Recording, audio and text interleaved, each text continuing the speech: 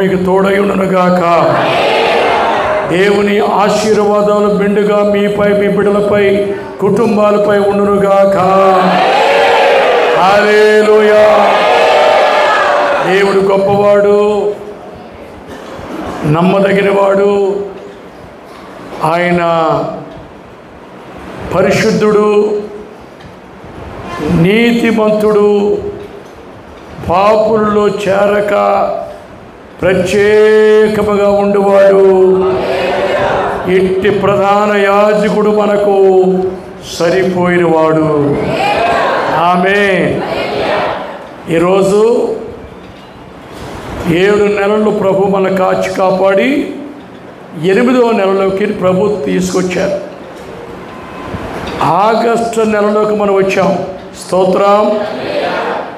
మునుపటి కంటే అధికమైన మేలులు మనకి ఇవ్వాలని ప్రభు ఇష్టపడుతున్నాడు. మునుపటి కంటే అధికమైన ఉపకారములు, ఆరోగ్యం, శక్తి మునుపటి కంటే ఎక్కువ మనం పొందుకోవాలి. ఈ నెలలో మునుపటి కంటే అధికమైన అభిషేకం మనకు కావాలి. మునుపటి కంటే అధికంగా ప్రార్థనలు గడపాలా. దేవునితో ఎక్కువ గడిపే సమయాన్ని మనం కోరుకోవాలా. అది మనం కోరుకుంటే ప్రభు తప్పకుండా తన శక్తిని, తన అభిషేకంతో మనల్ని నింపుచున్నాడు. ఆమేన్. అపోస్తలుడైన పౌలు సంఘానికి ఏం చెప్పాడో చూద్దాం. హెబ్రీయులకు రాసిన పత్రికలో ఒక అద్భుతమైన మాట దైవజనుడు, అపోస్తలుడు చెప్తున్నారు. చదువుతారా?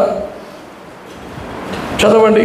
హెబ్రీయులకు రాసిన పత్రిక 10వ అధ్యాయము 23వ వాక్యాన్ని చదువుదాం. 10వ అధ్యాయము 23వ వచనంలో దైవజనుడు సంఘానికి అధైర్యపడి కృంగిపోతున్న బిడ్డలకి ఈ మాట చెప్తున్నాడు. సంఘమా, విశ్వాసులారా, మీరు అధైర్యపడద్దు, భయపడద్దు, దుఃఖపడద్దు, కృంగిపోవద్దు. మీరు జాగ్రత్తగా దేవునితో ఉంటే దేవుడు మీ కోరికను నెరవేరుస్తాడు. ఎందుకు అంటే వాగ్దానం చేసిన వాడు నమ్మదగిన వాడు. Praise the Lord. వాగ్దానం ఎవరు చేశారు? మనుషులు కాదు మనకి ఇచ్చిన వాగ్దానం, రాజకీయ నాయకులు కాదు మనకి చెప్పిన వాగ్దానం, ఈ లోక అధికారులు కాదు మనకు వాగ్దానం చేసింది.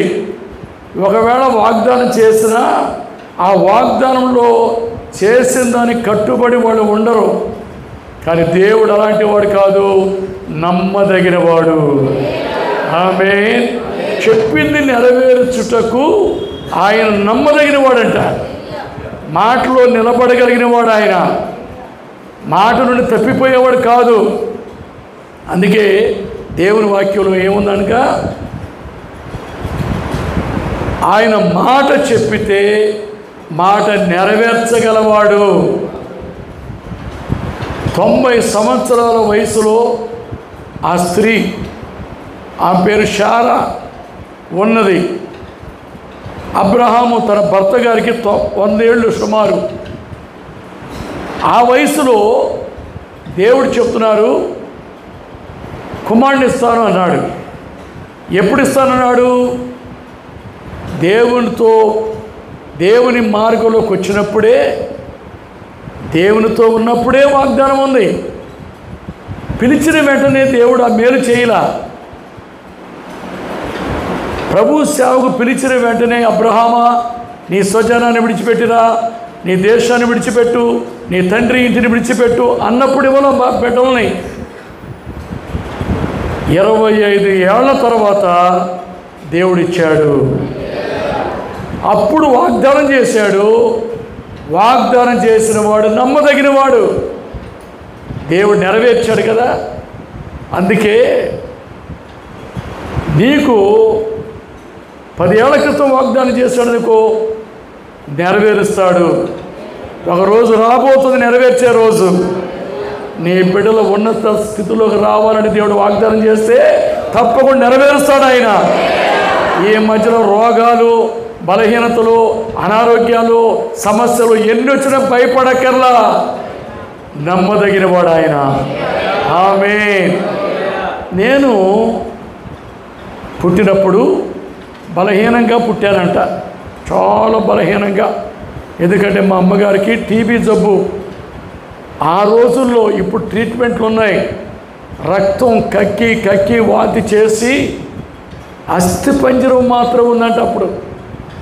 ఆమె ప్రభువుని నమ్ముకున్న తర్వాత, ఈ పరిశుద్ధాత్మ అనుభవంలోకి వచ్చిన తర్వాత నేను పుడితే బలహీనంగా ఉన్నా.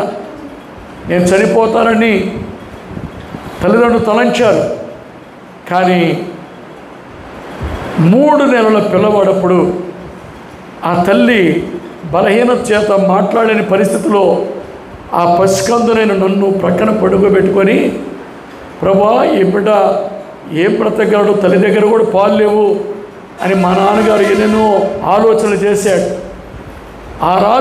ఆ రోజు పగలు 3 గంటల సమయంలో ఒక అద్భుతమైన స్వరం, ఒక దర్శనం మా అమ్మగారు కలిగింది.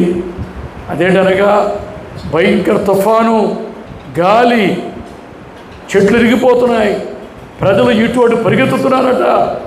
అలాంటి భయంకరమైన దర్శనం వచ్చింది మా అమ్మగారికి. ఆ సమయంలో ఆందోళన చెందుతున్నప్పుడు ఒక చెయ్యి వచ్చి నా మీద పెట్టి, అమ్మ ఈ అబ్బాయి పెద్ద పాస్టర్ అవుతాడు అని దేవుడు మా అమ్మగారితో మాట్లాడారు. తర్వాత మా అమ్మగారు ఆ విషయం చెప్పారు. సేవకు వచ్చాను, సేవలో ఉన్నాను. ఇక నాకు ఒక దృఢమైన విశ్వాసం, నేను చనిపోనిక. ఈ మధ్యలో ఎన్ని జబ్బులు వచ్చినా నేను చనిపోను, నేను పెద్ద పాస్టర్ అవ్వాలి కదా, అదే నా మనసులో ఉండేది. ఒక రోజున పెద్దయ్య గారు, నేను విజయవాడలో ఉండగా, నీవు నాగార్జున సాగర్ వెళ్ళిరా అన్నాడు.